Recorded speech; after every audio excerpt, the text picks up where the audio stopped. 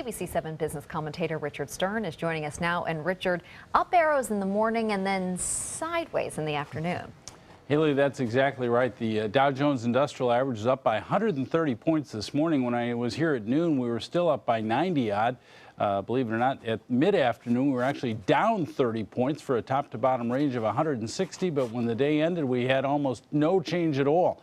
What's really happening is what I refer to as analysis paralysis. The Fed is meeting Tuesday and Wednesday.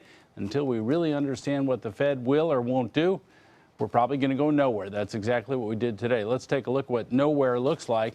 That's nowhere. The Dow down less than 4 points, 0.02%, closing at 18,120.17. That on volume of 741 million shares. The Nasdaq, the biggest mover of the day, and that was down less than 10 points, not even 0.2%, closing at 5,235.03. That on volume of 1,605 million shares. And speaking of nowhere, how's that?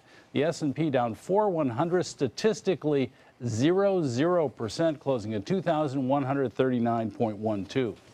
Well, if you don't like 0%, how about a gain of 2.4%? That's what shares of General Motors did today. GM got a very, very strong vote of confidence from a major Wall Street firm, which increased its investment opinion from equal weight to overweight. It increased its price target on the stock from $29 a share to $37. Well, right now the stock is trading at roughly 32.